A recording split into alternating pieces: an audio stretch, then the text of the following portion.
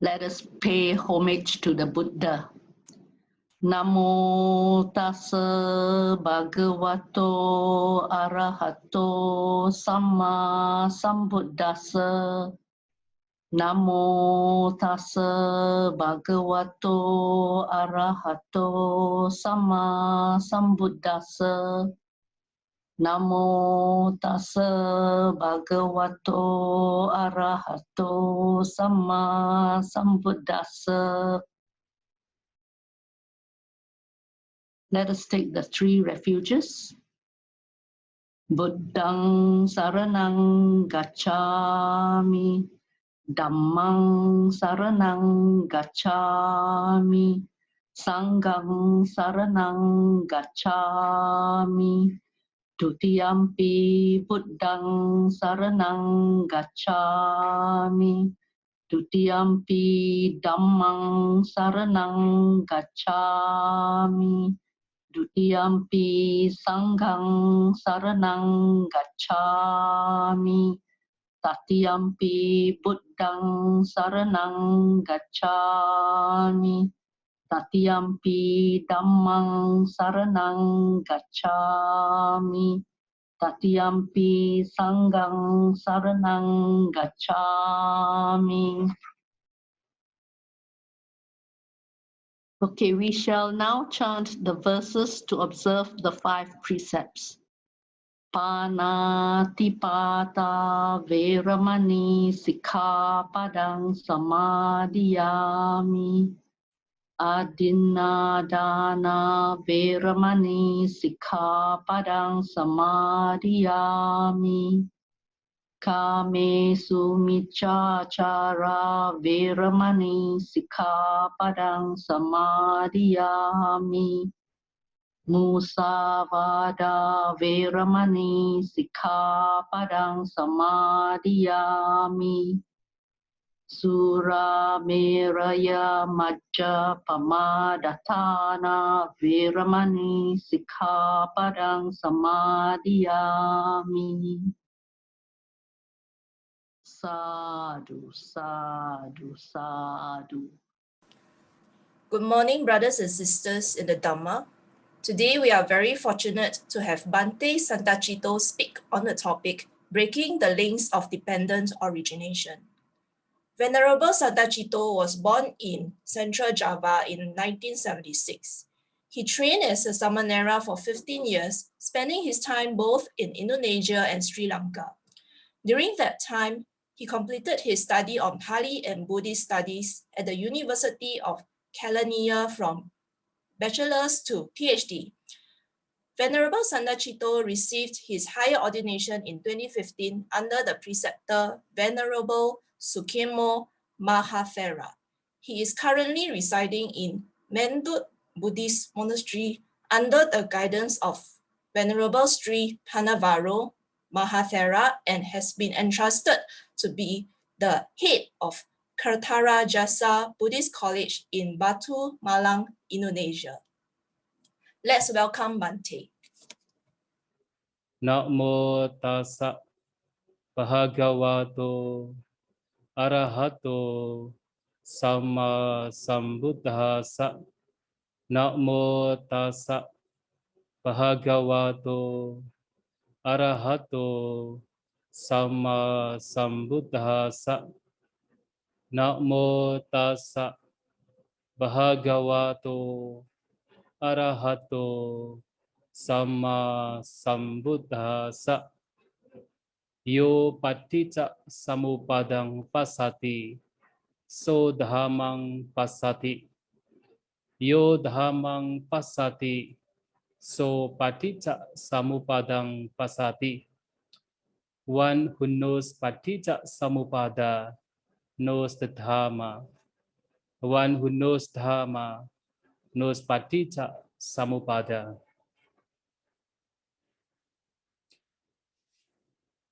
Yeah. First of all, I would like to take this opportunity, especially to express my thanks, my gratitude, especially to the Buddhist Fellowship of Singapore for giving me an opportunity to share the Dhamma today, and it is truly my honor to be in this Dhamma sharing. And perhaps already being broadcasted in the social media, that's today what the topic that we want to discuss about is with regard to Paticca Samuppada, dependent co-origination. And especially now we are going to discuss about how to break the links of dependent co-origination.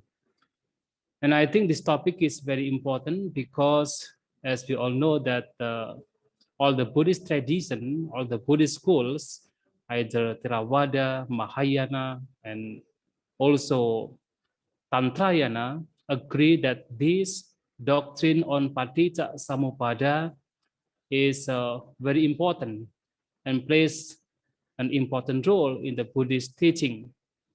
And even when we look at, like, for example, the Mahayana, one of the Buddhist school in Mahayana, that is the Sunyatawada, the school being propounded by the most venerable Nagarjuna, it says that his teaching on Sunyata, on emptiness, is actually originated from this Paticca Samuppada.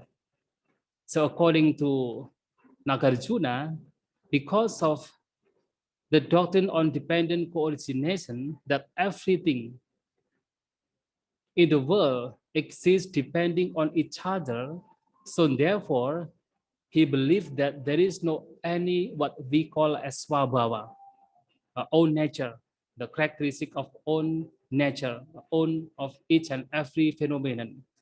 And because of there is no swabhava, in accordance to this most venerable Nagarjuna, and as we know that this swabhava is the teaching very popular in the schools like Theravada and also Sarvastivada, and because there is no any swabhava, so therefore, according to him, according to Venerable Nagarjuna, there is no any what we call as something exists. Basically, everything is actually empty. So that's why this emptiness or sunyata, the teaching propounded by this Nagarjuna, was actually originated from this Paticca Samuppada. So anyway, because this teaching is very important to all the traditions, so it is very important to us to understand. And also when we come to especially the Buddhist traditions like Theravada, as we know that in Pali canons, in Tipitaka, we can see that how the Buddha already emphasized on this teaching in many discourses. Many discourses of him have been dedicated to explain in detail, in comprehensive way about this Paticca Samuppada. And even one discourse that I just mentioned, I quoted from one certain discourse in Tipitaka, in Sutta Pitaka. The Buddha says that one who knows the Dharma actually knows the Paticca Samuppada. And one who knows Paticca Samuppada is actually knows the Dharma. So what we call here as Dharma is actually the phenomena. When the person really knows what is phenomena, what is the nature of the phenomena, actually he knows the Paticca Samuppada. He knows the dependent co-origination.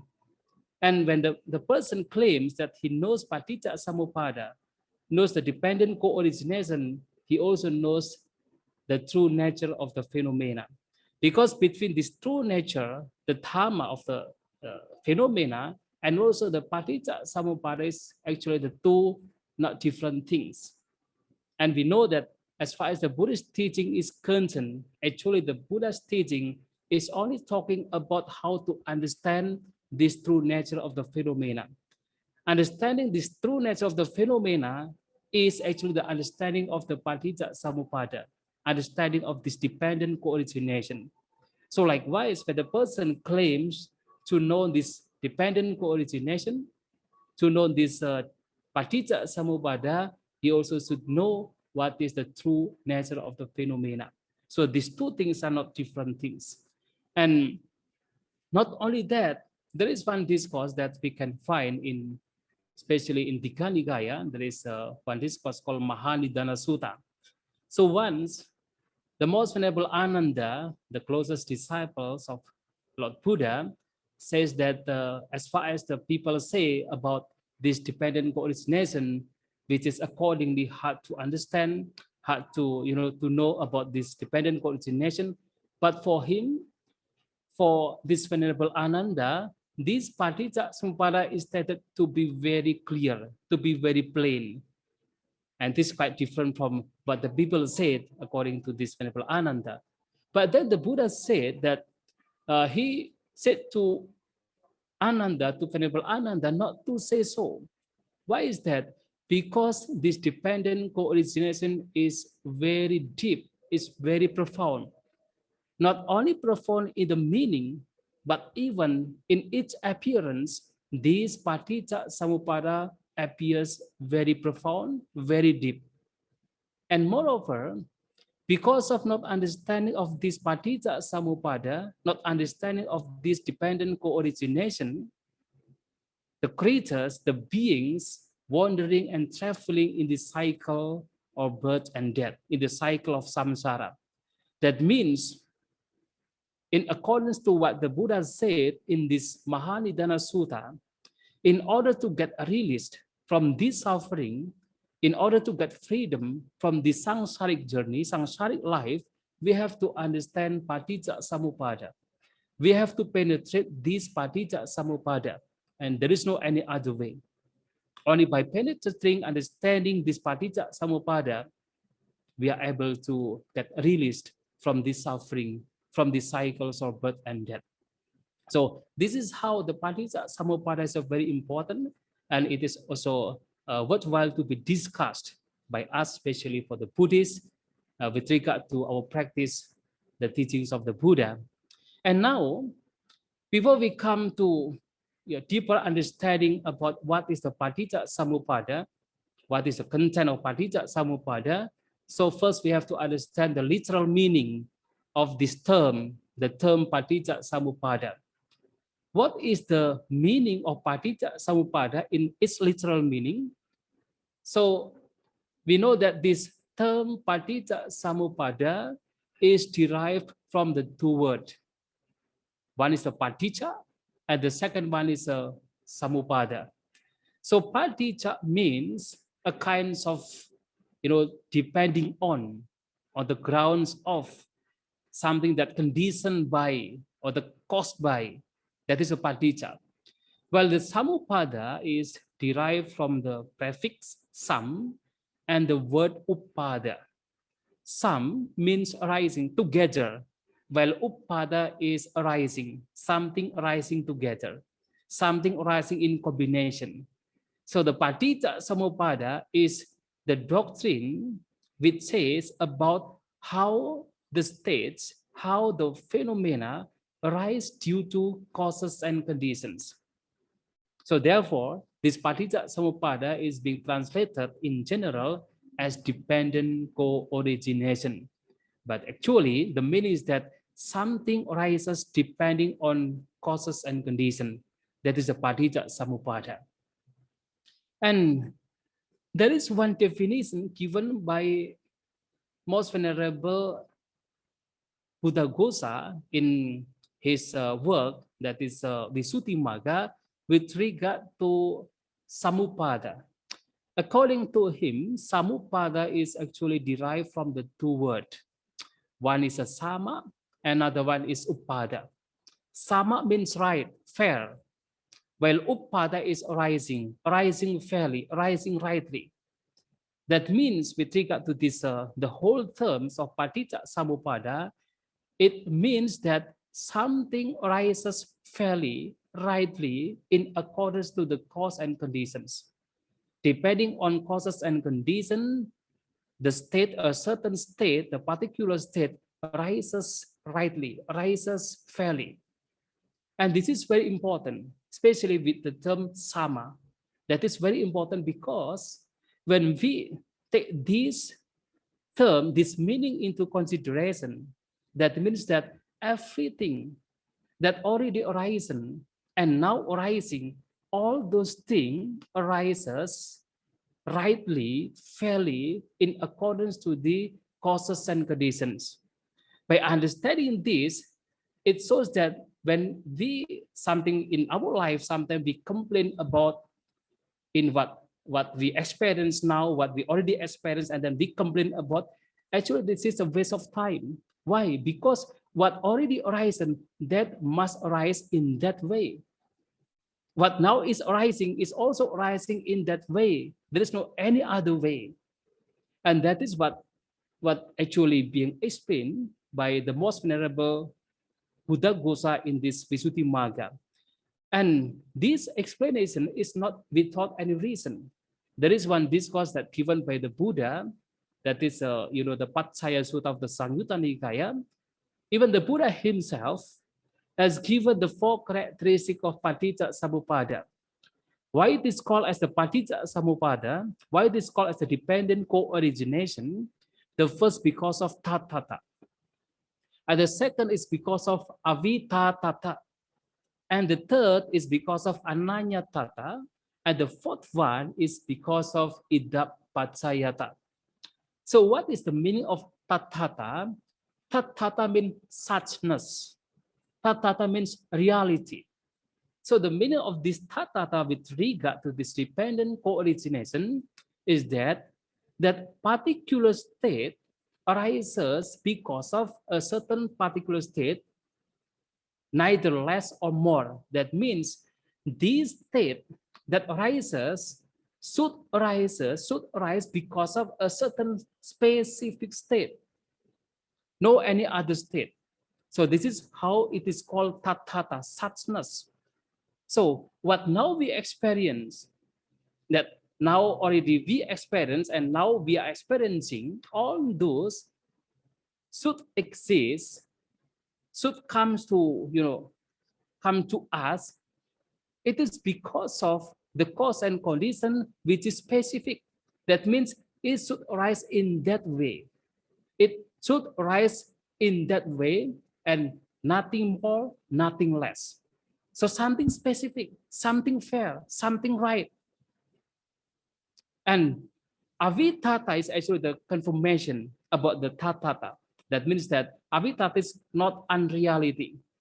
So everything that now already arises, that's now arising, all those arise, all those exist in that way. There is no any other way. And that is being confirmed by the term ananyatata, not otherness, not otherwise. That means that this phenomenon or a particular state should arise in that way, not in other way. So now what we experience, all this experience should arise in this way, not other way. That means something fair, something right. So therefore, according to Lord Buddha, when the person understands this dependent co-origination, such a person will not let his mind to run about the past, to go after the future, and even to think about the present with regard to the notions of I. Something like sometimes we think about what I was in the past, how I was in the past, what I will be in the future, how I will be in the future, who am I now, how am I now. So all these things is actually the thought which is connected with the notions of I. And those people who understand this dependent co-origination as the way, in the sense that it should be in that way, as reality, as suchness, such a person will not let his mind to run after the past or to go after the future, to think about the present with regard to the notions of I. Because everything is fair, everything is right. So whatever now we experience is fairly experienced. I mean, it is right, it is fair. There is nothing more, nothing less. So there is no any complaining, there is no any liking and disliking, everything just fair. So this is how dependent co-origination actually teaches us about how to accept everything that now already exists, already arisen. Even we have to accept whatever things that now is arising, because everything is fair with with regard to this dependent co-origination. So this is the first thing that we have to understand. And the second one that we need to understand with regard to this law of nature is that about the formula of dependent co-originations given by Lord Buddha in several discourses. And it says that imasming sati idang hoti, imasming asati idang na hoti. Imasa upada idang upajati, imasa niroda idang nirujhati. So what is the meaning of this formula of this dependent co-origination?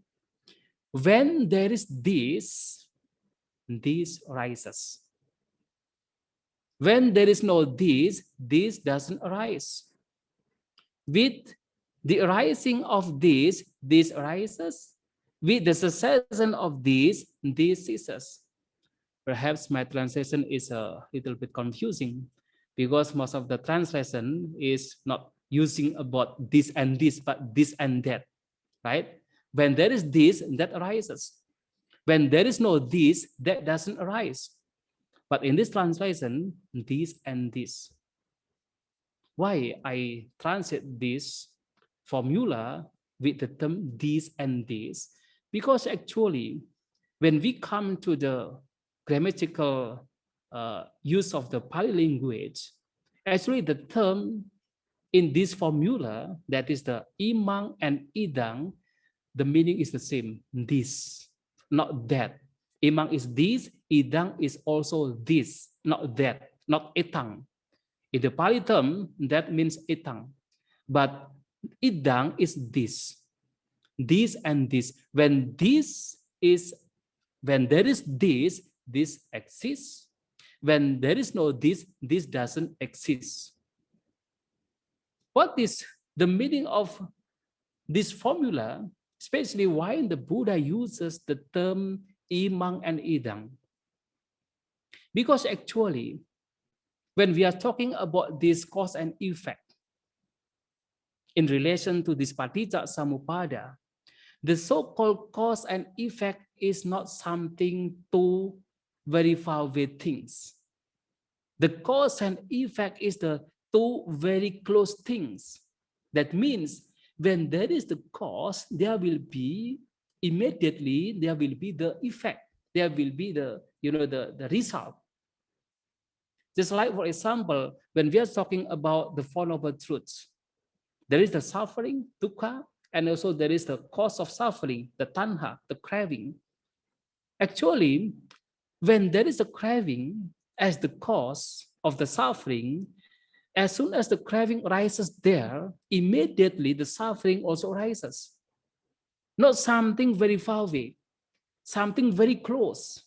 When there is this craving, the suffering rises. Not that suffering, not far away, but this suffering rises. When there is craving, this suffering rises. That means when there is this rises. Not that arises. So that's why the Buddha uses the term idang, not etang. So that's why the correct translation of this formula is not when there is this, that arises, but when there is this arises. The two different things because the cause and effect, but not far away things. So this is how we have to understand about the cause and effect with regard to this paticca samuppada. And when we take this formula of dependent co-origination into considerations, we understand that this formula of dependent co-origination actually can be used to explain all the things in the world, all the state in the world, not only about our life, but everything that our life, our experience, and the world, the outside us, can be explained by means of this dependent co-origination. Because everything in the world exists, arises due to causes and conditions. So everything can be explained by means of this dependent co-origination. But Lord Buddha, even though this law of nature, the dependent co-origination can be used to explain everything, but Lord Buddha uses this dependent co-origination, exercise this dependent co-origination only to explain about how the suffering rises and how the suffering ceases. It is because the Buddha consistently teaching only about the Four Noble Truths for the whole life. For 45 years of his ministry to teach to the world, he teaches only about the Four Noble Truths. He teaches only about the suffering, the cause of suffering, the cessation of suffering, and the way leading to the cessation of suffering. So that's why even this dependent co-origination, this Paticca Samuppada, which actually can be used to explain everything, but Lord Buddha only uses this teaching to make people understand how the suffering arises and how the suffering ceases. So that's why then we come across the teachings of the Buddha on Dvadas Sangha Paticca Samuppada. Dvadas Sangha from the term Dvadasa Anga Paticca Samuppada. The 12 factors of dependent co-origination. That now we use the term the 12 links of dependent co-origination. The Dvadasa Anga from the term Dvadasa 12. Anga means factors, while Paticca Samuppada is dependent co-origination. The 12 factors of dependent co-origination. And these 12 factors of dependent co-origination shows us about how the suffering arises, comes into being, and how the suffering ceases, comes to end. And from this Dvadasa Anga Paticca Samuppada. So this is actually how the Buddha emphasized this doctrine, this law of nature, the Paticca Samuppada, or to explain what is important, what is significant to us. Because the whole teachings of the Buddha is about how we make the end of suffering, how in this very life we try, we attempt, we exercise ourselves to make the end of suffering. So that's why dependent co-origination is also used only to explain this suffering and how the suffering can come to the end. And now, what are the 12 links or the 12 factors of dependent co-origination? So I think all of you know about this, but some I have to, again, reminding about these 12 factors. So the Buddha said that because of avidya, there arises Sangara. Avidya Upajjhaya Sangara. With the avidya as the condition, there arises Sangara. Sankara Upajjhaya Vijnana. With the Sankara as the condition, there arises Vijnana. Vijnana Upajjhaya Nama Rupa. With the consciousness or Vijnana as the condition, there arises Nama Rupa. You see, if we see like this, about how the avidya and Sankara, it is not something far away. When there is avidya, there will be the Sankara. Immediately, there will be the Sankara. So when there is the Sankara, immediately there will be the Vijnana. So when there is this Vijnana, immediately there will be Nama Rupa. Something very close. That's why the Buddha uses imang and idang, this and this. And now, when there is Nama Rupa, the Nama Rupa Upajjhaya Salayatthana. So with Nama Rupa, the name and form as the conditions, there arises Salayatthana, the six sense organs, bases. And Salayatthana Upajjhaya Phasa. So with the condition, that Salayatthana as the condition, there arises Phasa. Phasa Upajjhaya Vedana. With the Phasa, there arises Vedana. Vedana Upajjhaya Tanha. With the Vedana, there arises Tanha. Tanha Upajjhaya Upadana. With the Tanha as the condition, there arises Upadana. And Upadana Upajjhaya Bhava. With the Upadana as the condition, there arises Bhava, becoming. And Bhava Upajjhaya Jati. With the Bhava as the condition, there arises the Jati or the birth. And with the Jati as the Upajjhaya, with the Jati as the condition, there arises Jara Marana. Soka Parideva Dukkha Domanasa Upayasa. The old age, the death, the sorrow, lamentation, depression, and so on. Eva metasa kevalasa dukkha kandasa samudayo hoti. So this is how the mass of suffering arises. due to these 12 factors. And now we have to understand little by little about how to explain about these 12 factors. The first, avijja paccaya sangara.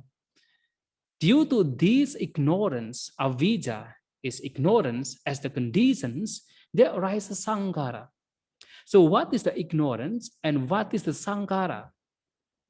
So the ignorance or this avijja is actually referring to the non-understanding of the Four Noble Truths, the non-understanding of the suffering, of the cause of suffering, of the cessation of suffering, and of the way leading to the cessation of suffering.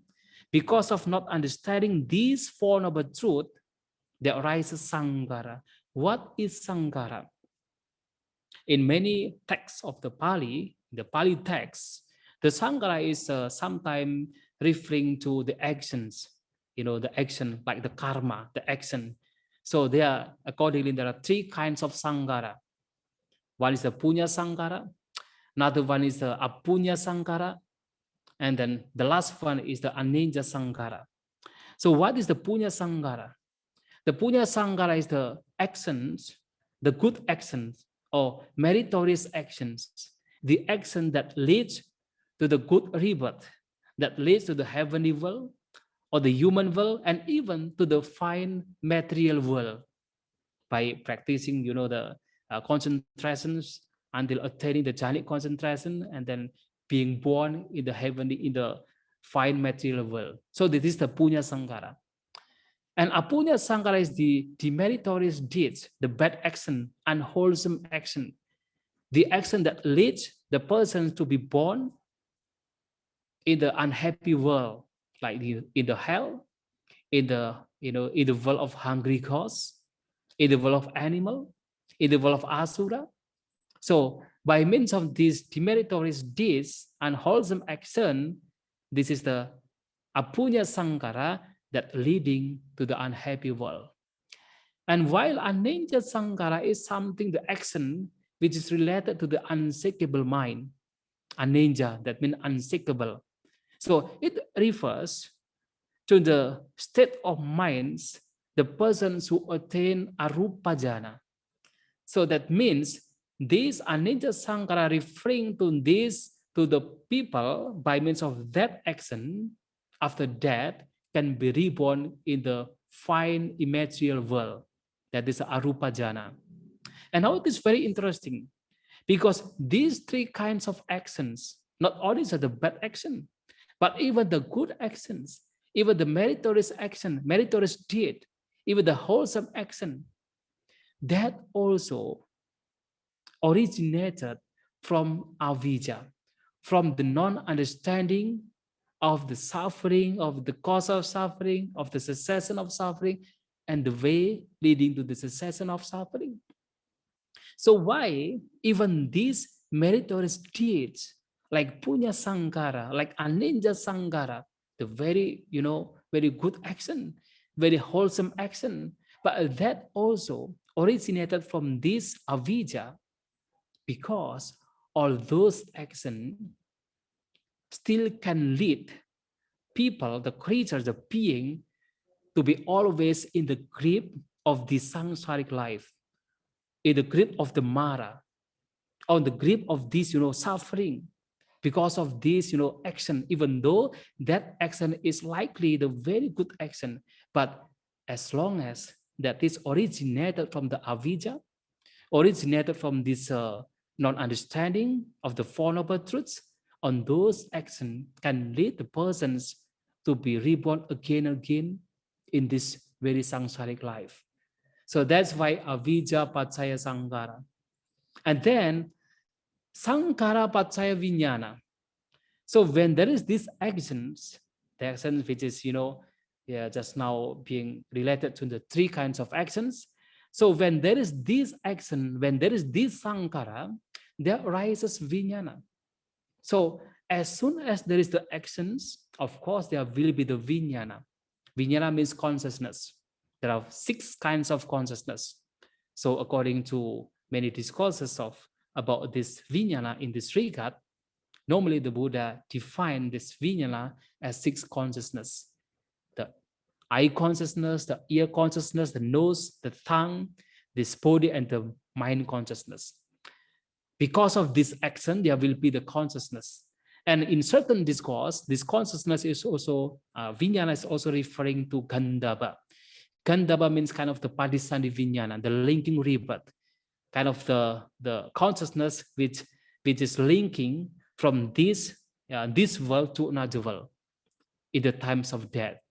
So this is the Gandhava. But somehow this Gandhava, this vijnana, this Padisandhi vijnana is also a part of this, the whole vijnana. So there is no something different. Only that rises in the times of death, in the times of being reborn. So that is called as the Padisandhi vijnana. But somehow that is also vijnana as a part of the 6 kinds of vijnana. So that's why there's vijnana, the consciousness in many discourses referring to the 6 kinds of consciousness. And now when there is this consciousness as the conditions, there will be nama rupa, the name and form. So what is the name and form here? The nama is the name. That name is actually referring to especially to the 3 khandha, 3 aggregates, the feeling, the perception, and the sankara khandha, the mental formations. But in some discourses, this nama, this name, refers to the 5 things, the 5 mental things. The first is the Vedana, the Vedana, that the feeling. The second is the Sanya, the perception. The third is the Phasa, the contact. The fourth one is the Cetana, like the motive of our mind. And the fourth one is the Manasikara, attention. So actually, the first and the second is referring to the Vedana Khandha and Sanya Khandha, while the 3 others, the remaining 3, referring to the Sankara Khandha. So therefore, this nama, which is mentioned in this regard, in this Paticca Samuppada, refers to the 3 aggregates, Vedana, Sanya, and Sankara, while Rupa is the Rupa Khandha. So this vijnana, because of consciousness, there arises the 4 aggregates. There arises a Rupa, Vedana, Sanya, and Sankara. And in other words, there arises name and form, nama and rupa. And because of nama and rupa, because of this name and form as the condition, there arises salayatana, the 6 sense bases: the eyes, the ears, the nose, the tongue, the body, and the mind. And because of the 6 sense bases, salayatana, of course, there arises the contact, the phasa. And many discourses, like for example, in Madhupindika Sutta, when we are talking about how the 6 bases, the 6 sense bases give rise to this phasa, the contact, it says like this: Cakunca padicca rupe upajjati caku vinyanang tinang sanghati paso. So when there is this eye and the object, the form, there arises the eye consciousness. So when there is this eye and the object, the form, there arises the eye consciousness. So when these 3 get together, the eye, the form, and the eye consciousness get together, there arises phasa, there arises contact. So it means that when there is this salayatana, these 6 sense bases, there arises the phasa, there arises the contact. So with the contact as the conditions, there arises Vedana, the feeling. So that's why in Madhupindika Sutta, it also continues to say that the phasa paccaya vedana. So paticca cakunca padicca rupe upajjati caku vinyanang tinang sangati paso phasa paccaya vedana. So with the phasa, with the contact as the condition, there arises the vedana, the feeling. So the feeling is depending on what, the experience that the six sense organs at the time experience the object. If the experience something that good, and then there arises the pleasant feeling. But when the object is something unpleasant, something bad, something actually not agreeable to the mind, there arises the unpleasant feeling. But if something or the object, the external object, responded by these six sense organs, something which is neutral, not bad, not also good, so there arises kind of the neutral feeling. So this feeling arises due to the contact between the sense organs and the object, the external object. When they get together, there arises this feeling. It can be the pleasant feeling, it can be the unpleasant feeling, it can be neither pleasant nor unpleasant feeling, then neutral feeling. And with the feeling as the conditions, there arises the tanha, the craving. So that craving, the arisings of craving also depends on what feeling at that time arises.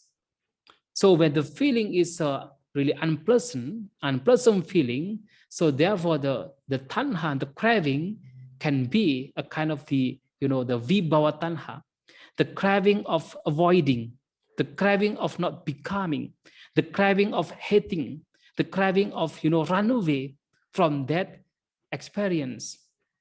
But if the experience, if the feeling is a pleasant feeling, so the craving, the tanha which arises, can be the tanha, can be the tanha, kind of the kama tanha, and sometimes bhava tanha, the craving for sensual pleasures, or the craving to become, the craving to attach, the craving to get, kind of the becoming, the bhava. And of course, this craving is also connected with the six sense organs. So the craving with regard to the eyes, with regard to the ears, with regard to this nose, to the tongue, to the body, and the craving with regard to the mental, to the mind. And with the craving as the conditions, there arises the upadana, attachment, the clinging. So there are four kinds of attachment. It can be the attachment to the view, that the view that we have, including the view about the teachings of the Buddha. It can become the attachment, it can become the clinging, and it can be the attachment to the silabhata, the attachment to the rite and ritual. And it can be the attachment with regard to the sensual pleasures, kamupadana. And it can be the attachments with regard to the notions of I. So we attach to the notions of I. And I think almost all the people have this kind of attachment. The attachment, the clinging with regard to the notions of I, because it is a very difficult to get away from these notions of I. And this attachment arises due to the craving. So whatever the craving that we have, it can create, it can produce that attachment. And it can be one of these four attachments.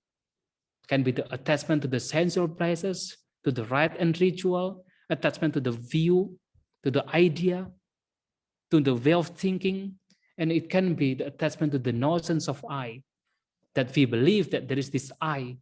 We believe that there is the like self within ourselves. So this is also kinds of attachment. And because of this attachment, because of this upadana, because of this clinging, there arises the becoming, there arises the bhava. That means when we attach something, when we cling something, so that will make the continuation, that will make the bhava, the becoming, to become this and that, to become the creature, to become the being, to be born either in the kama loka or kama bhava, to become the beings in this the sensual realm. It can be the becoming, to be born in this rupa bhava, the fine material realm, or it can be the becoming to the arupa bhava, the fine immaterial realm. So this can happen. So this birth, this becoming, either Kama Bhava, Rupa Bhava, or Arupa Bhava, happens because of this attachment, because of the clinging. So as long as we have the attachment to anything, either to sensual pleasures, to the notions of I, to the view, to this, ritual, right and ritual, as long as there is these kinds of attachment, these kinds of clinging, there will be the becoming, either to the Kama Bhava, Rupa Bhava, or Arupa Bhava. And because of this becoming, this Bhava, Bhava Upajjhaya Jati, because of this becoming, so inevitable there arises, that is the birth in any kinds of being, in any kinds of creature. And of course, because of the birth,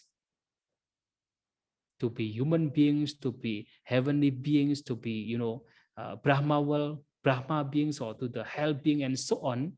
Because of the birth, there arises the old age, death, sorrow, lamentation, depression, and so on. All kinds of suffering happens. All kinds of suffering arises due to this birth. And this is how the Buddha says, the whole mass of suffering arises due to these 12 links, these 12 factors linking together, produces various kinds of suffering, produces the birth, and again produces many kinds of suffering.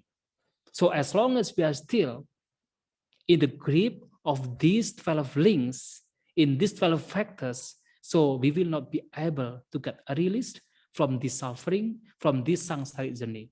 So that's why the main point here is that how to break the chains, the links of these dependent co-originations. How to cut off this dependent co-origination in order to get release, in order to get freedom from this samsaric life, from this suffering in the cycles of birth and death. So when we are talking about how to break, how to cut off these dependent co-originations, actually we can cut this dependent co-origination in any factor that we actually penetrate, we actually understand fully, in any factor, not only in the first factor like avijja, but even in any factor that we really fully understand, we really fully penetrate. In that point, in that factor, such a person, we can break, we can cut that links, that chain. And by cutting that chain, the whole chains will disappear, will be eliminated. So in Visuddhimagga, there is one simile that's given by the most venerable Buddhaghosa, saying that to understand this Paticca-samuppada, it is just like the person that's going to the forest, and then he saw a certain creeper plant in that forest. In order to see the whole plants of that creeper, sometimes such a person seeing that creeper from the base, from the bottom of that plant, and then being dragged, and then just trace on that trunk, following the trunk of that plant, and ultimately comes to the end, find out the tips, the top of that creeper plant. But sometimes the person can understand the whole creeper by first understanding the top of that plant, finding the top of that plant, and then just being dragged from the top, and then just following on the trunk, and ultimately he also comes to know the base of that creeper. And sometimes such a person understands the whole creeper from the middle of that creeper. So by taking the middle and then just drag that the creeper, and then ultimately the top and the base of the tree also can be understood, can be known. So that's why this most venerable Buddhaghosa says that in order to understand and in order to penetrate and to cut this dependent co-origination, the 12 factors of dependent co-origination can be from anywhere, can be from any factor, can be from the base, from the middle, even can be from the top. Of course, in many discourses, the Buddha uses, from the base. He says that avijjayatveva asesa viraga nirodho sankara nirujati. With the fully cessation of that avijja, of that ignorance, there is the cessation of Sangara.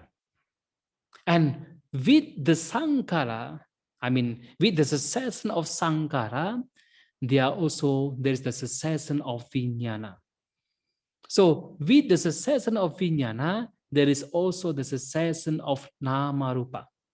So that means when the person can cut right away from that avijja, from that ignorance, understanding the Four Noble Truth, that the Four Noble Truth that before not being understood and then now being understood, the Four Noble Truth is being understood, so that means the whole chains also will be cut off. When the person understands the Four Noble Truths, that means the vijja arises instead of avijja, but vijja arises, so all the other factors also being cut. The Sangara is being cut, the Vijnana is being cut, Namarupa is being cut, Salayatana, Pas, and so on is being cut because of this understanding of the Four Noble Truths, destroying, eliminating the avijja and make it vijja arises. The understanding arises, the understanding of the Four Noble Truth arises, and that can be the media, can be the instrument how to cut the whole dependent co-origination. And if we see that's in one discourse that's given by the most venerable Sariputta, that is in the Samadhi Sutta, there is one interesting explanation there when most venerable Sariputta, as the best disciples of the Buddha, best in wisdom, being asked by his fellow monks about what is the Samadhi, what is the right view, and how the person who has the right view can be considered as the one who already attained the goal of the holy life, that means a nibbana, that can be understood. And that the most venerable Sariputta said about various kinds of the samadhi.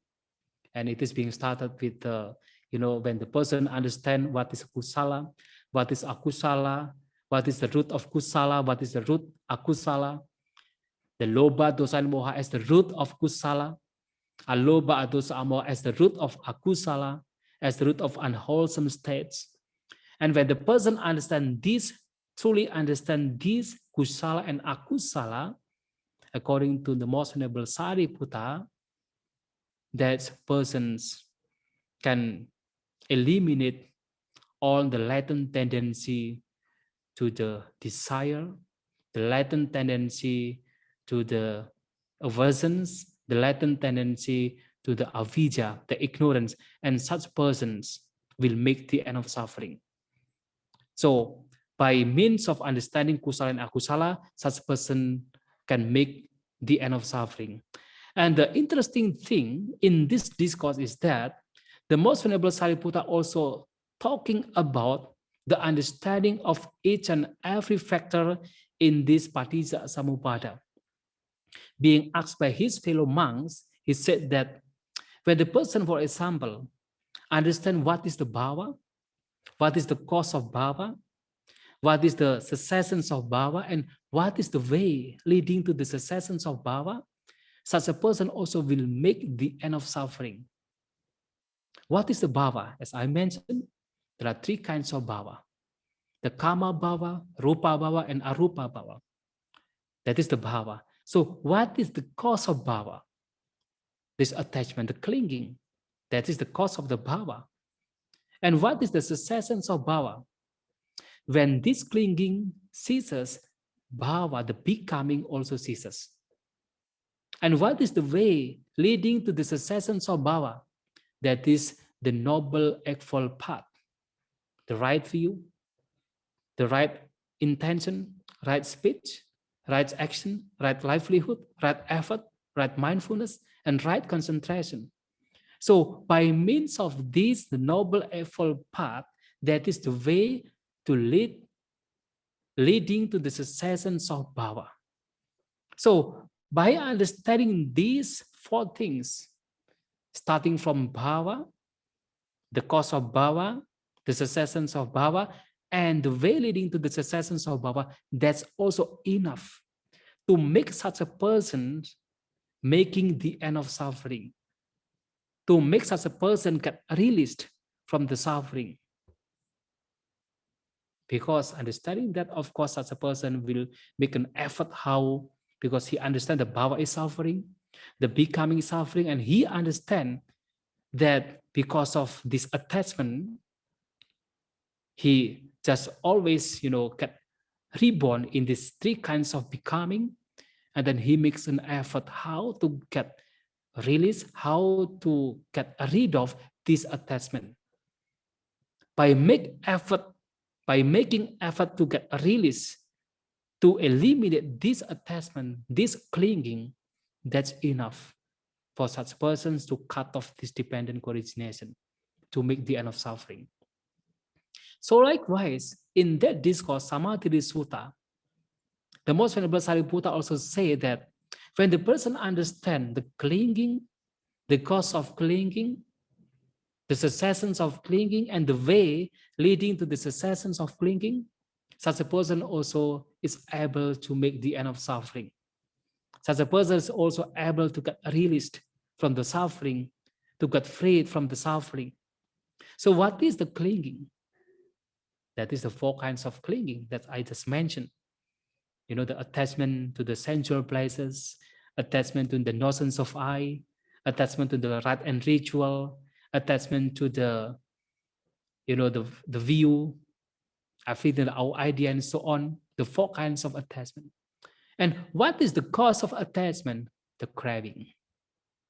And what is the cessation of craving? That is the cessation of clinging. That is the cessation of craving. And the way leading to the cessation of craving is none other than this noble eightfold path. And understanding this itself, just by understanding this, fully penetrating, that's also enough for such a person to cut off the whole links of this paticca samuppada. Because when the person understands the clinging as the suffering, and the cause of the clinging is the tanha, the craving, so that means such a person will make an effort, his best effort, how to get rid of this craving, how to eliminate this craving. By means of what? The noble eightfold path. By practicing the noble eightfold path to make the end of this craving and to make the end of the whole mass of suffering. So that's also enough. So likewise, again, then Venerable Sariputta said about, about this. What is the craving? What is the cause of the craving? What is the cessations of craving? What is the way leading to the cessations of craving? So the craving is the six kinds of craving. The craving for the eyes, the ears, nose, tongue, the body, and the mind. Various kinds of craving.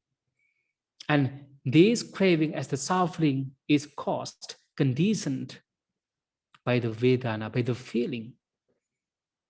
And with the cessations of feeling, there is the cessations of craving. And how to make the end, how to eliminate this craving? By means of practicing the noble eightfold path. The same thing, Atangika Arya Magga. And that's also enough for such a person to make the end of suffering, enough for such a person to cut off this dependent co-origination. Understanding that craving is the suffering, and understand that Vedana this feeling as the cause, such a person will be, make effort how to really understand what is the feeling, how really to understand, how really to have the mindfulness to that feeling.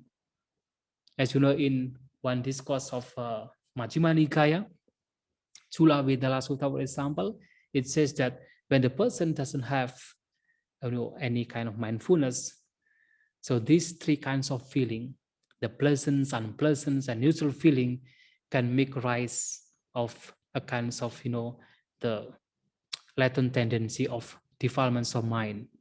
So when there is the pleasant feeling and we don't have any mindfulness at all to see, to detect this unpleasant feeling, there arises the latent tendency on the aversions. There is the aversion within our minds. There is the defilements of mind, the aversion, the disliking. And when there is the pleasant feeling and we don't detect with our mindfulness, there arises, the raga nusaya, the underlying tendency, the latent tendency connected with raga, desire. That is a kind of the lobha. It is a kind of the greed, kind of to, wishing to get. So this is also defilements of mind. And that arises due to the feeling. And when there is a neutral feeling, neither pleasant nor unpleasant feeling arises, and we don't have any mindful, we are not mindfully attending that feeling, that also will give rise to the avijjanusaya, to the latent tendency, underlying tendency on ignorance, because at that moment there's no any understanding as to how this feeling also actually just impermanence, just subject to change. And because of there's no any understanding, there arises the attachment to that feeling, even that is a neutral feeling. So when there is no any mindful mind, there is no any mindfulness, not attending any kinds of feeling, there arises various kinds of defilements of mind. So there arises the suffering. So that's why understanding that this feeling is the cause of craving, such a person who understands of that importance will just attend the feeling with mindfulness. That's why in the 4 foundations of mindfulness, the practice on meditation, the practice on mindfulness, as being identical with vipassana bhavana, the insight meditations, one of the foundations of mindfulness is the feeling. By detecting, by understanding the feeling, by concentrating on the feeling, by being mindful on the feeling. Why? Because when we mindful on the feeling, so the defilements of mind that should arise will not arise. So this is how the importance of this. And by means of this, by practicing this, that also enough to cut off these links or factors or chains of dependent co-originations. So there are many ways how to break this dependent co-origination. And in each and every factor that we really fully understand, fully penetrate, that factor itself can be the media, can be the instrument to break, to cut this dependent co-origination, to make the end of suffering. So that's why here that I want to emphasize the questions with regard to how to break this dependent co-origination. We can break from any factor in each and every factor of this dependent co-origination. And how to break? Of course, we have to practice the Noble Eightfold Path. We have to, develop this samadhi in the right view, the right intention, right speech, right action, right livelihood, right effort, right concentration, right mindfulness, and right concentration. So by means of this Noble Eightfold Path, we understand each and every phenomenon in these factors, in these links of dependent co-origination, and we make fully understanding about that by practicing the Noble Eightfold Path. That is the way how to break, how to cut this dependent co-origination, and that is the way how to get released from the suffering, from the cycles of birth and death. So this is the importance of this dependent co-origination. And by fully understanding even one factor of these factors of dependent co-origination, all those other factors also being eliminated. So now we can just try to fully understand one of these. For example, from avijja, that's okay, or from Sangara, for example, we understand the Sangara is the action. As long as we have the actions, there will be the suffering, there will be the rebirth, there will be the consciousness, and there's so on going to the rebirth. So that's why in meditation, like inside meditation, we are being encouraged by Lord Buddha to see whatever experience as mere experience. Why?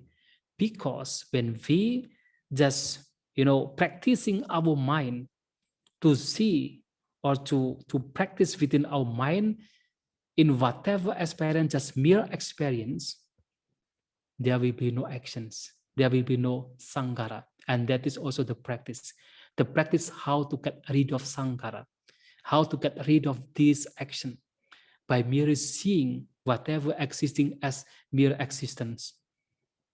So just like the Buddha giving advice to one wanderer, the name is Upajjhaya, he said, Tite tidak matang bhavisati. In the sin, practice, train yourself that is only mere seeing. Sute sutta matang bhavisati. In the heart, you have to train yourself that is just mere heard, mere hearing. There is no anything what we call as the I. There is no anything what we call as the self. That is only just phenomenon. And by practicing that, actually, and that moment, there is no any action. There is no any Sangara. Practicing the meditations within that, there is no any Sangara. There is no any, the kind of reaction. So this is how we can break. Yeah, we practice ourselves. We train ourselves how to break this dependent co-origination by understanding that the Sangara is the cause of suffering. So therefore, in the meditation, we try our best not to make a new Sangara, not to make a new actions. That is also the way. And also when we are talking about the Vijnana and Namarupa, also the same. As we know that, the Buddha said, as long as the life is, actually, it is just, the kind of the drama of this Vijnana and Namarupa. That means the whole times in the cycles of birth and death, we actually just have this Vijnana and Namarupa. Because Vijnana always getting the foothold in that Namarupa, and that Namarupa is being grasped, being gripped by this Vijnana, the whole times we don't get released from this samsaric life, from these cycles of birth and death, because Vijnana and Namarupa just getting together all the time. So that's why in the meditations, what we train ourselves is that how to make Vijnana not to get foothold in this Nama and Rupa.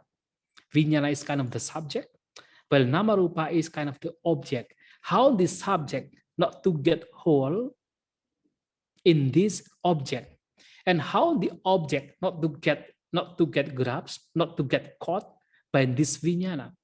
That this is the training in the meditations. So that's why while seeing, it is just only seeing. While hearing, this is only hearing. All the things that we experience, this is only the mere experience.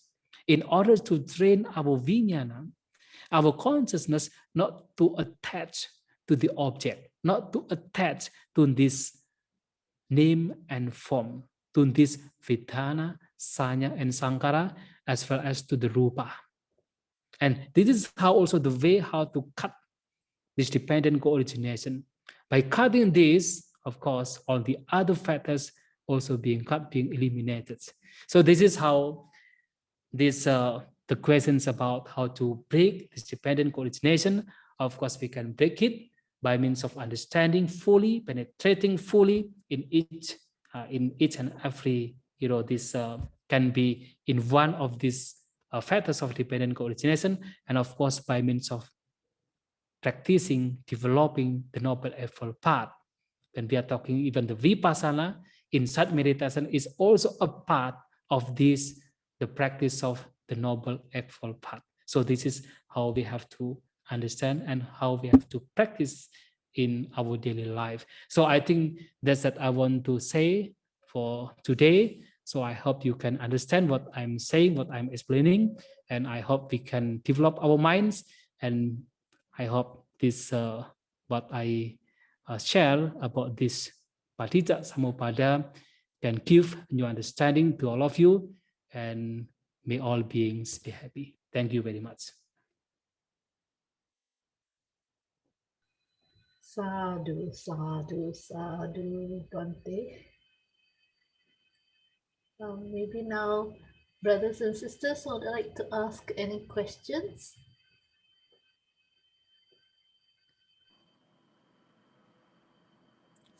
Bhante, I have a question. Can I ask, how can we not let strong feelings to generate desire and craving if our emotions are very strong and maybe our mindfulness is not strong enough? So how do we actually let it not get in the way of our practice? Yeah. We have to understand that the so-called mindfulness should be followed with the wisdom. Not only just mindfulness, not only just sati, but also there should be the wisdom, the paññā, the understanding. So that means that when, for example, there is a strong feeling, the desire very strong, and then by means of it just looking at, by detecting, by means of mindfulness, that strong feeling, the desire do not, comes to end. So we have to make the kind of the wisdom. We have to give rise to wisdom. We have to make a kind of the contemplations. For example, we contemplate about the anicca. We contemplate about that this also will pass. This also subject to change. Or sometimes we have to contemplate about the danger of that strong feeling, the danger of that desire. So as long as that our mind is being, caught by this desire, very strong desire, that will create the suffering in the future, the unhappy world after death. So by means of these contemplations about the danger of that strong desire, and that is actually the wisdom, that is actually the paññā, that actually coming, following this sati, this mindfulness, that also can make that, that strong desire can disappear. And not only just,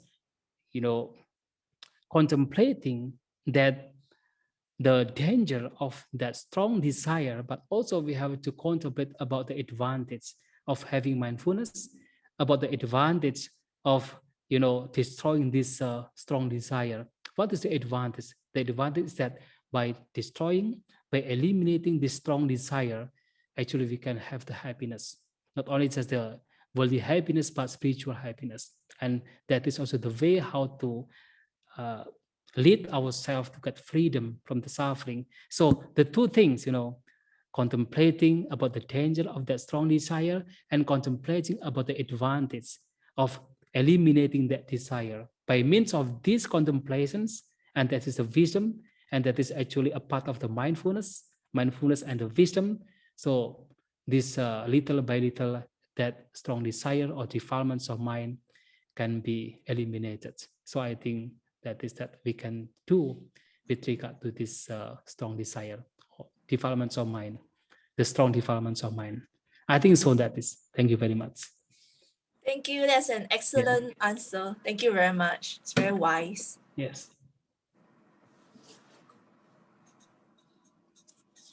How about any brothers would like to ask any questions? Bhante, just now Bhante explained about, give some example about how to do good deeds. I mean, how to break the sankara.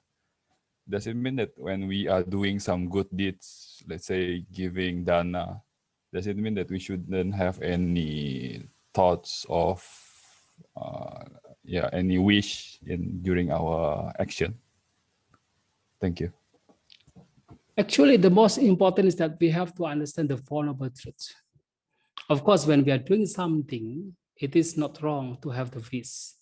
It is not wrong to have a kind of the, wants in that, doing something. It's okay.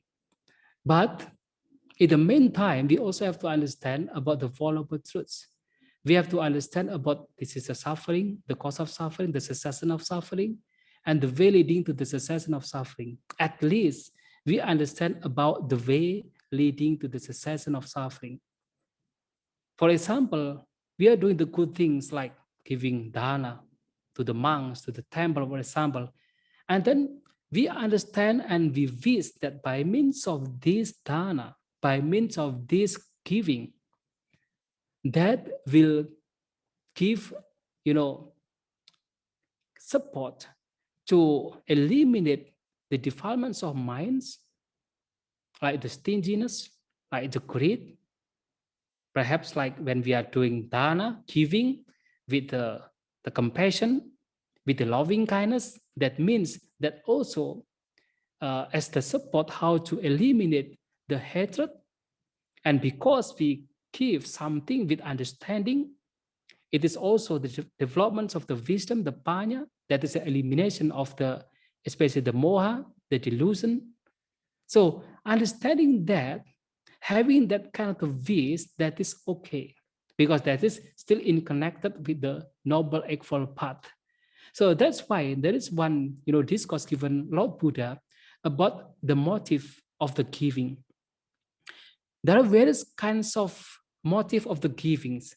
And one of the motives is a very being praised by Lord Buddha, that is that the person gives something or some doing giving with the motive to get freed from these defilements of mind, to beautify this mental, this mind, to adorn this mind, citta langkara, citta parikara, to adorn, to beautify this mind. That means giving something in order to get release the defilement of mind. And that is the wish. The wish how to get release from the defilements of mind by means of giving. And that's okay, because that is actually still connected with the Noble Eightfold Path. So the most important is that we understand what we are doing, and that is still within this Noble Eightfold Path. That is still the way how to get rid of these defilements of mind. But actually, the meaning of that, when doing something good, but without understanding of the Noble Eightfold Path, without understanding of the that Noble Eightfold Path, is actually really the person's ignorance. Really, such a person do not understand about the Noble Eightfold Path, about the Four Noble Path, the Four Noble Truth. I mean, really have the ignorance. Really do not know there is this the Four Noble Truth. I would like to say that mostly people do not know about the Four Noble Truths. I think only the Buddhist people, even not all the Buddhist people understand the Four Noble Truth. And because not understanding that there is the way how to get rid of this suffering, of this samsaric life. So people doing this and that, including doing the good things, just in order to get, to get rebirth, to get reborn in other realm, other world.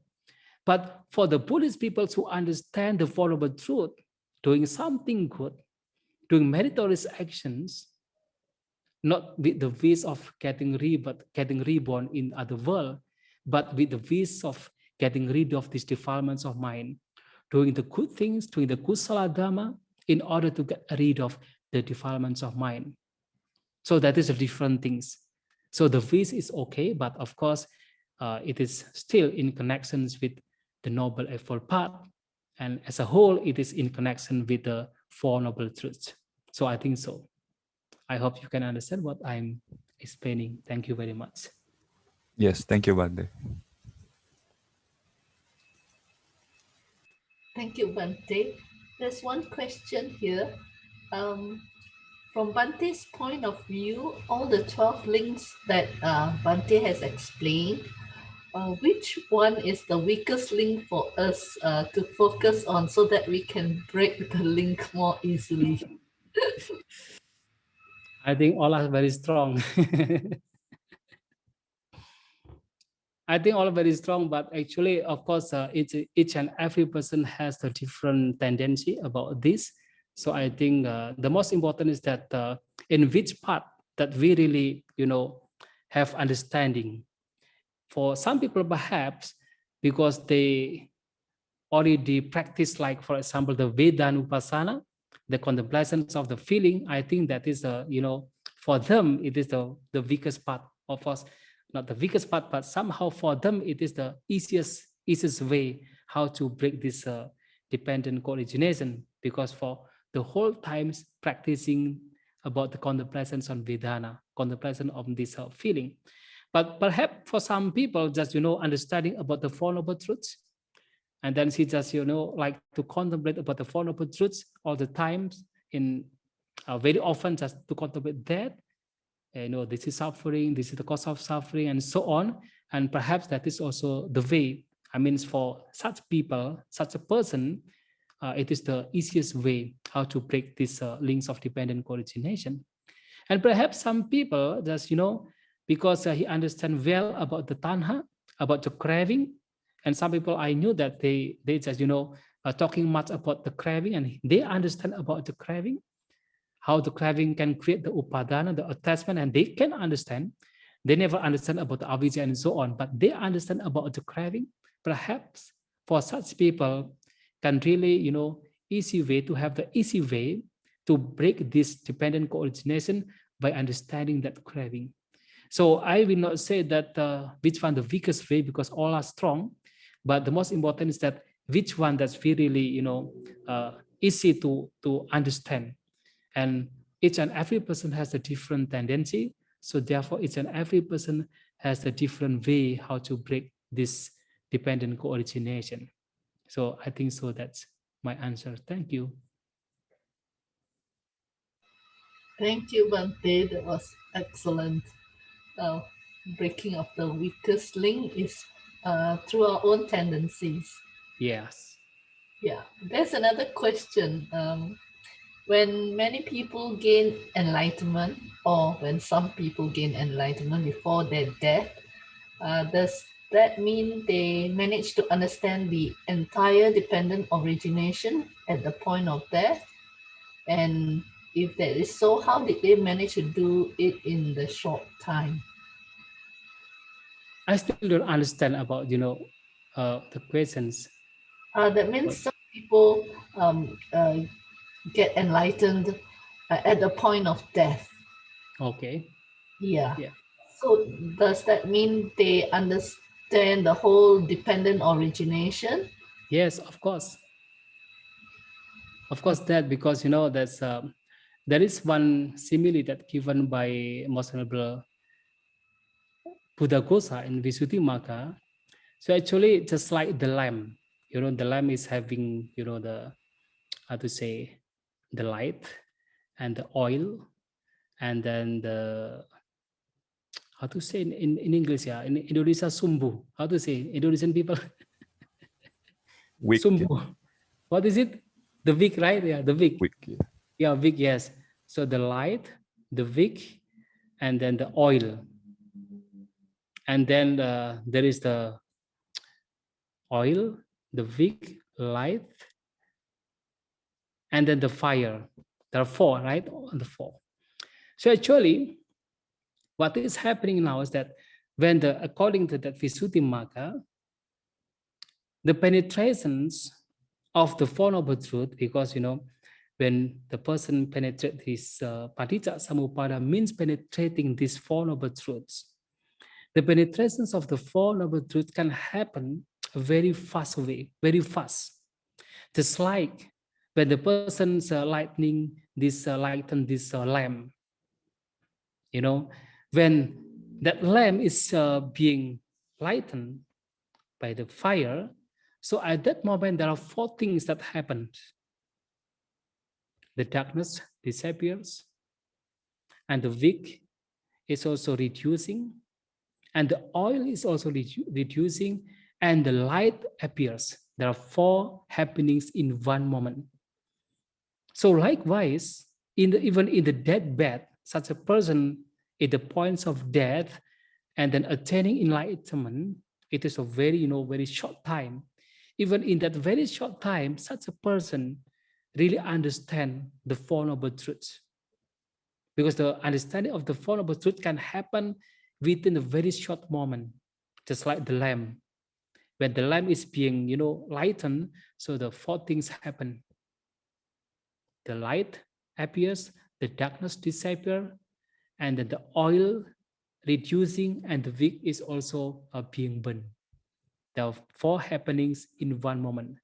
So even in a very short time, such a person could really understand the Four Noble Truths, and of course he can really understand that the factors of that makes such a person's get the suffering, get the rebirth, is already cut off, even in that very short moment.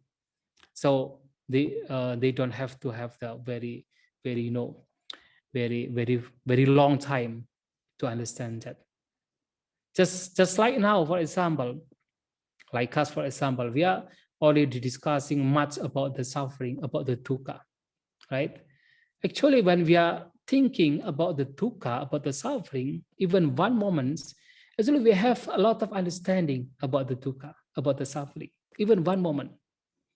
And I thought, of course, it is quite different from other people who just begin to learn about the suffering. When thinking about the suffering, it is just a very, very little thing about suffering that he can understand. But for us as the Buddhists, already many years talking much about suffering, about the dukkha. So when it appears in our minds, the term dukkha, the perception on dukkha, on suffering, actually at that time, even in the very short moments, there are a lot of understanding about dukkha. So likewise, such a person to really enlighten, even in the deathbed, in the death moment, in the points of the death, that understanding is a fully understanding of the whole, the Four Noble Truth, and the whole Paticca Samuppada, cutting off the whole factors of Paticca Samuppada. He can understand even in the very short moment. So that is the answer. Thank you. Thank you, Bhante. Any more questions from the audience? Bhante, can I follow up with the answer? Like I have another question to the answer that you Okay. just did. Okay. But what is it about death that is so special, that such that there are many people that can actually gain enlightenment at that time? Yeah. Actually, there is one discourse that the Buddha says that when the persons in the deathbed understand this and having these kinds of mindfulness, there are 2 expectations. One is can attain anagami, another one can attain arhanship. So what is this that when the person on the deathbed and then understanding this and giving the mindfulness on this, and then so it can be expected the 2 things, anagamis or arahan. One is by contemplating on marana, by contemplating on this death itself. That means when we are on the deathbed, we are on the very serious ill, and then we understand that it is not long that we will die, and then we just contemplate on the death, contemplate on the that we will die, and then we try our best really to get rid of any kinds of attachment, because those who understand the Buddha's teaching, if really he knows that he will die, perhaps he will just try his best how to get rid of the defilements, how to get rid of this attachment. So that means he's really ready to accept everything, really ready to let everything. So by understanding, by contemplating about the death, Marananusati, the Buddha says such a person can, attain, if not arhanship, even can attain, anagami. That is the way. And also, yeah, when the person, contemplating about the asubhanupasi, that means contemplating about this, the asubha, something not beautiful or something disgusting in everything. That means that is also the way how to get rid of the attachment, how to get rid of this clinging by having, you know, asubha, the mental thought of asubha. I think you know asubha, something that the thing about that everything is actually asubha without any beauty there, like our body, the bodies of others have no any beauty. And in order to get released from this attachment, contemplating this asubha in the dead bed, in the dead moment, that also can lead such a persons to get released from suffering, even can attain arhatship. And another thing is that by, you know, contemplating about anicca, sankaresu anicca, not anicca, not anicca with the, you know, double C and A, but with the double C and H, H-A, anicca, sankaresu anicca. That means not wishing in any kinds of conditioned things. There is no any wishing. That means in that practice of sankaresu anicca, in that deathbed, such a person really not having attachment to any things in the world. Really try his best, attempt his best not to attach, not to cling to anything in the world, in the deathbed. That means he makes himself ready to let go everything, to let go all the conditioned things, not facing any kinds of condition, even not wishing to get reborn in the heaven at that moment. So letting go everything. So that if that happens and really the mind let go everything, such a person, according to the Buddha, can attain not only anagami, even can attain arhatship. So that's why in the Buddha's teaching, actually in the deathbed, we have to really ready. We have to be ready in the deathbed to let go everything, not to attach to anything. By means of what? By anything that we understand about the Dhamma. Perhaps we already contemplating a lot about Marana, about the death, and then we are making ourselves to be ready in whatever thing that's happened to us, the death that can happen at any time to us. Or we already contemplate, or we already practicing about how to get rid of all kinds of attachment in all kinds of conditioned things. So if that happens in that deathbed, and we are ready to let go everything, so that also can, you know, give us, I mean, can lead us to this, you know, the distractions of defilements of mind. Yeah, I think that is the answer. Thank you. Thank you for your teaching. Yeah. Can I ask a question? Okay. Okay. What about the karma that one has accumulated through one's lifetime, and then at the deathbed, if we contemplate like what Bhante has said, what happened to all those karma that we have accumulated, during the lifetime? Yes. According to Buddhism, if the persons attain like anagamis or arahantship, many kinds of fruit of karmas, the result of actions that we already, you know, accumulated, I mean, the action that we already accumulated in the past that actually should give any result in the future, that becomes ahosi. Ahosi means do not give any result. Just like, for example, is the most venerable Angulimala. He already killed thousands of people. Now some people thought that only 999, but actually thousands of people he already killed. But then he attained arahantship. So the Buddha said to this venerable Angulimala that if you don't attain arahantship, you will get reborn in the unhappy world and experiencing suffering for long time. But because you attain arahantship, so even in the future, there is no any rebirth for you. That means the result of the actions in the past that should give any result, that is ahosi. Ahosi means being destroyed, not giving any result. So that can happen. So that's why in Buddhism, actually, understanding about the karma and rebirth is not to make us to kind of make many actions. Now some people think that now we understand that every, the happiness and the suffering that we experience because of our actions. So therefore we have to do various kinds of actions to get the happiness, to get reborn in the happy world. That is the way of thinking of the most of the people.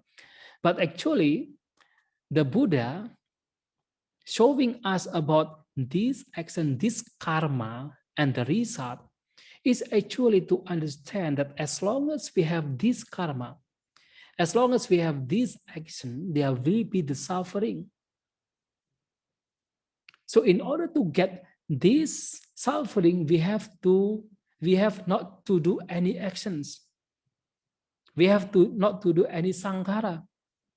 So the practice of meditation is how in that practice we don't do any actions. We don't do any Sangara. Because as long as there is Sangara, as long as there is action, there is karma, there will be the suffering. So there is one saying that we can find in the discourses of the Buddha. Tanha pahana kamang pahiyati. Kamang pahana dukang pahiyati. With the eliminations of tanha, the craving, the action, the karma is also eliminated. With the elimination of this karma, the action, the suffering is also eliminated. So therefore, in this regard, as far as the Buddhist teaching is concerned, understanding of the karma and result is not to make any kinds of the action, but how to get rid of these actions. That's why the practice of the meditation is how not to make any kinds of action. Just be, just be. In the sin, just be in the sin. In the hurt, just be the hurt. Not giving any reaction, not giving any actions, not to make any action. So this is the way how we practice ourselves. So that's why in this regard, when the person really got rid of these defilements of mind, got enlightened, so all the fruits of the action in the past, that means the actions of the past that already done, will not give any fruit, will not give any result. That is our see. So that is the way.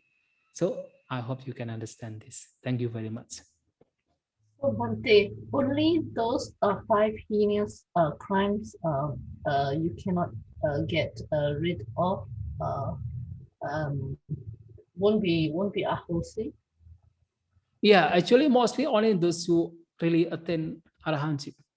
But there is the indications in some discourses, even for the Sotapanna, the one who attained the stream enterer is also having, according to the Buddha, just like this.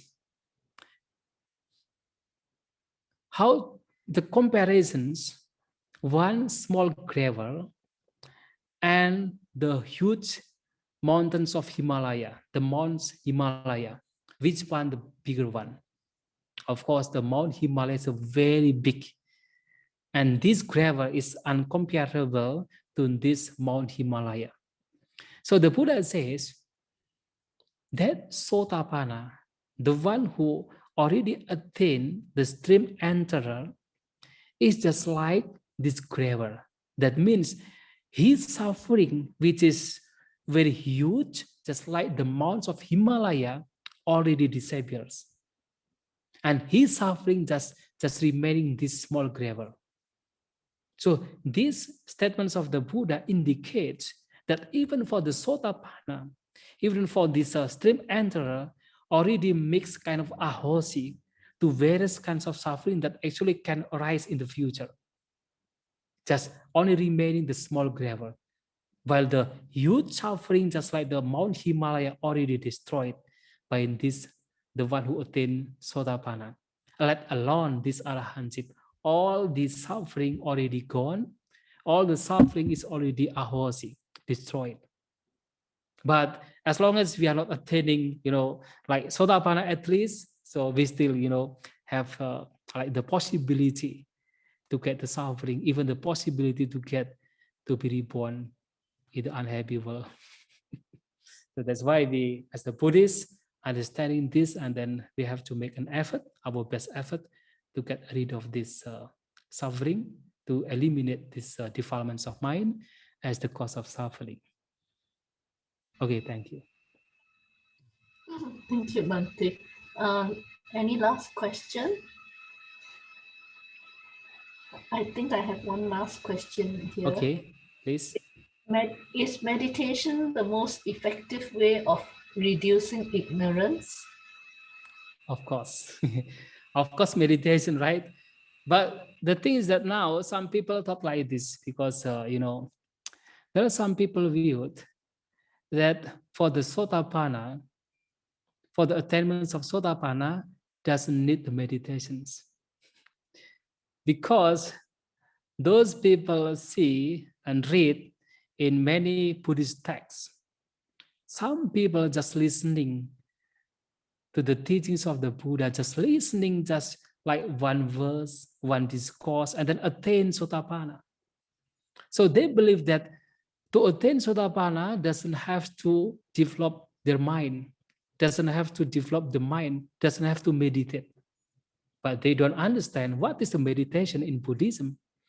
Meditation is the development of mind, that is a citta bhavana, the development, the cultivations of mind. And this citta bhavana, these cultivations of the mind, these developments of the mind is not necessarily to be like sitting with the closed eyes, not. Even while watching, while seeing, while listening, while, you know, smelling, while tasting, while, you know, touching, while thinking, all those can be the moments of mental development. As long as we train ourselves, for example, when we see the object and then we train ourselves, we have the samvara, we have the restraint within our mind, not to let our minds being dragged by the defilements of mind, by the greed and hatred. And that moment is also called as the meditation. While listening to the sound, and then we train ourselves not to let the defilements of mind joining these, you know, the contact between the ears and the sounds. We don't let our minds being swept away by the defilements of mind, by the greed, by the hatred, by listening. That is also meditation. So the meditation is not just, you know, like the sitting, the cross-legged, and then with the eyes closed, not like that. But how far we protect our minds, not to let our minds being overwhelmed by these defilements of mind. So this is what we call as the meditation, but we call as the citta bhavana. So such a person who attains Sotapanna, the stream enter by listening to the teachings of the Buddha, at that moment, actually, he's also doing meditation. Because at that moment, he also try to develop his mind, try to cultivate his mind, try to grasp what the Buddha say, and then implement what he understands by listening to the teachings of the Buddha at that very moment in his mind. And that is the cultivations of mind. That is the meditation. And by means of that, citta bhavana, the developments of the mind, even the very short moment, such a person who already has this very, you know, matured mind could really understand the teachings of the Buddha and could, you know, eliminate certain sangyojana or certain, you know, defilements of mind that's overwhelmed his mind, and he attained like the stream enterer, the Sotapanna, and so on. So if you ask about whether the, you know, the best way to eliminate the suffering, to eliminate the defilements of mind is by means of meditation, of course. As far as the Buddha's teaching is concerned, meditation, the citta bhavana, the developments of mind is the way how to, you know, eliminate the defilements of mind, how to get enlightened. Yeah, thank you very much. Thank you, Bhante, for the excellent, detailed and clear explanation of Paticca Samuppada. Thank you very much. And how to break the links that bind us to samsara. Let us unmute our mics and say three sadhus and pay respect. Sadhu, Sadhu, sadhu. sadhu. Okay, thank you very much for Bhante. giving a chance to share the Dhamma for today. So I hope you can understand, and I hope we can develop our minds, and I hope we can get a release from the suffering from the samsaric journey. Thank you Thank you, very much. Bhante. Thank you. Thank you, Thank you, Bhante. Bhante. We hope you enjoyed the talk. Next week, we have Dr. Peter Mack who will be giving us the talk, Our Past Lives at War with Science. We welcome you to join us. Thank you.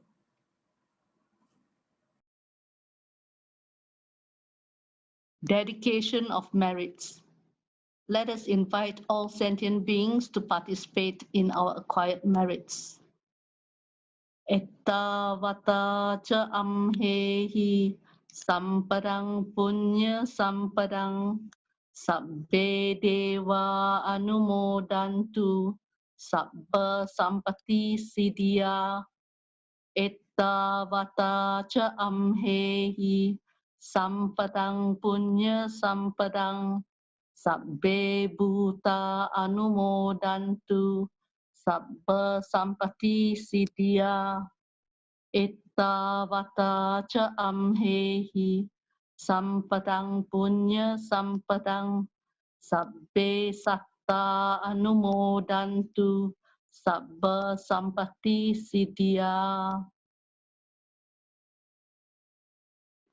Let us dedicate the merits of participating in this wholesome Dhamma activity to our departed relatives and friends. Idang me tinang hotu sukita hontu nyatayo. Idang me tinang hotu sukita hontu nyatayo. Idang me tinang hotu sukita hontu nyatayo. Sadhu, sadhu, sadhu.